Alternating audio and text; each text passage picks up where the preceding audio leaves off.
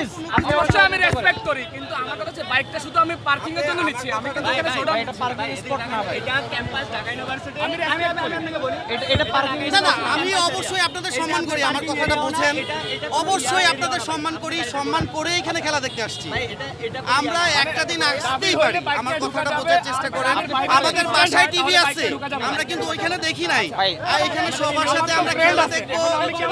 ভাইয়া অবশ্যই এখানে গাড়িতে ইমার্জেন্সি রোগী আছে। আচ্ছা আপনি কিন্তু দাঁড়ান থাকবেন। না না না না, আমি পিছনে দিচ্ছি, সমস্যা নাই।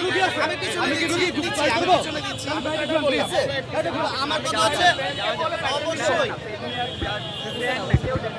এই ভাইয়া আপনি বলে বাইক দিব এরকম কিছু। এই ভাইয়া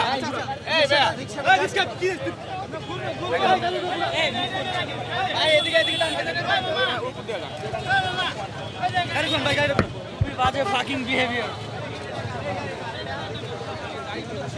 সে দায়িত্ব তারা পালন করছে। বহিরাগত ভিতরে